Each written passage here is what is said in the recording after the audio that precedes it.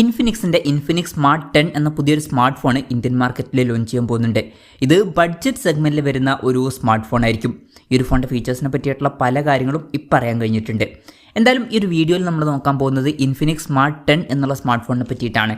പിന്നെ വീഡിയോ തുടങ്ങുന്നതിന് മുമ്പ് പറയാനുള്ള ഒരു കാര്യം എന്താ വെച്ചാൽ, ഇതുപോലെ നിങ്ങളുടെ സ്വന്തം ഫോട്ടോ അല്ലെങ്കിൽ നിങ്ങൾക്ക് ഇഷ്ടപ്പെട്ട ഡിസൈൻ പ്രിന്റ് ചെയ്തിട്ടുള്ള മൊബൈൽ കേസുകൾ അഫോർഡബിൾ ആയിട്ടുള്ള പ്രൈസ് റേഞ്ചിൽ വേണം എന്നുണ്ടെങ്കിൽ ഇവിടെ ഒരു വാട്സപ്പ് നമ്പർ കൊടുക്കുന്നുണ്ട്. താഴെ ഡിസ്ക്രിപ്ഷനിലും കമന്റ് ബോക്സിലും ആ ഒരു വാട്സപ്പ് നമ്പർ കാണാം, നിങ്ങൾക്ക് കോൺടാക്റ്റ് ചെയ്യാവുന്നതാണ്. ഇപ്പം നമ്മൾ ആദ്യം ഫീച്ചേഴ്സും കാര്യങ്ങളൊക്കെ നോക്കുകയാണെന്നുണ്ടെങ്കിൽ ഡിസ്പ്ലേയുടെ കാര്യത്തിൽ ഇൻഫിനിക്സ് സ്മാർട്ട് 10ൽ 6.6 ഇഞ്ചിൻ്റെ HD+ ഡിസ്പ്ലേ ആയിരിക്കും വരിക. അപ്പം ഇതിൽ ഫുൾ HD റെസൊല്യൂഷൻ ഒന്നും വരാൻ ചാൻസ് ഇല്ല. HD റെസൊല്യൂഷനെ ഇതിൽ വരാൻ സാധ്യതയുള്ളൂ. പിന്നെ ബഡ്ജറ്റ് സെഗ്മെൻറ്റിൽ വരുന്ന സ്മാർട്ട് ഫോൺ ആയിരിക്കും, അതുകൊണ്ട് തന്നെ HD റെസൊല്യൂഷൻ എന്നുള്ളത് ഓക്കെ ആണ്. പിന്നെ പഞ്ചോൾ ഡിസൈൻ ഇതിൽ വരുന്നതായിരിക്കും, നല്ലൊരു കാര്യമാണ് പഞ്ചോൾ ഡിസൈൻ എന്നുള്ളത്.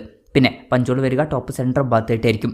120 Hz റിഫ്രഷ് റേറ്റ് ഇതിൽ സപ്പോർട്ട് ചെയ്യുന്നതായിരിക്കും. അപ്പോൾ ബഡ്ജറ്റ് സെഗ്മെന്റിൽ വരുന്ന സ്മാർട്ട് ഫോൺ ആണെന്നുണ്ടെങ്കിലും ഇതിൽ 120 Hz റിഫ്രഷ് റേറ്റ് സപ്പോർട്ട് ചെയ്യുന്നതായിരിക്കും. അപ്പം അത് എടുത്തു പറയേണ്ട ഒരു കാര്യം തന്നെയാണ്. പൊതുവേ ബഡ്ജറ്റ് സെഗ്മെന്റിൽ വരുന്ന ഫോണുകളിൽ 90 Hz റിഫ്രഷ് റേറ്റ് ഒക്കെയാണ് കാണാറ്.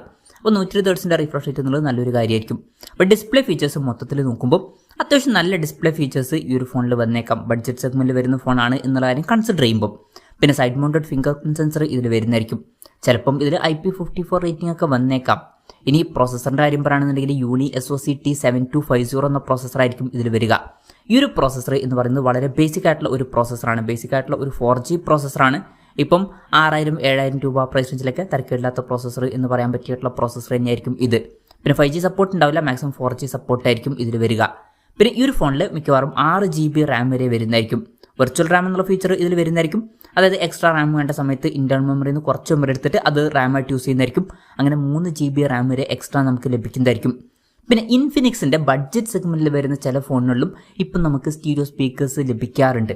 അപ്പം ഈ ഒരു ഫോണിലും ചിലപ്പം അതുപോലെ സ്റ്റീരിയോ സ്പീക്കേഴ്സ് വന്നേക്കാം. പിന്നെ ആൻഡ്രോയിഡ് 15 ബേസ് ആയിട്ടുള്ള സോഫ്റ്റ്വെയർ ആയിരിക്കും ഇതിൽ വരിക. ക്യാമറയുടെ കാര്യം പറയുകയാണെന്നുണ്ടെങ്കിൽ ഫോണിൻ്റെ പിന്നിൽ ഡ്യുവൽ ക്യാമറ സെറ്റപ്പ് ആയിരിക്കും വരിക.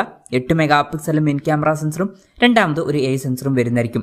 സെൽഫി ക്യാമറയെ പറ്റിയിട്ടുള്ള കാര്യങ്ങളൊന്നും അറിയാൻ കഴിഞ്ഞിട്ടില്ല. ചിലപ്പം 5 MP സെൽഫി ക്യാമറ ആയിരിക്കും ഇതിൽ വരിക. ബഡ്ജറ്റ് സെഗ്മെന്റിൽ ഈ ഒരു ക്യാമറ സ്പെസിഫിക്കേഷൻ ഓക്കെ ആണ്. പിന്നെ ബാറ്ററിയുടെ കാര്യത്തിൽ 5000 mAh ബാറ്ററി ആയിരിക്കും ഇതിൽ വരിക. 15 വാട്ടിൻ്റെ ഫാസ്റ്റ് ചാർജ് സപ്പോർട്ട് വരുന്നതായിരിക്കും.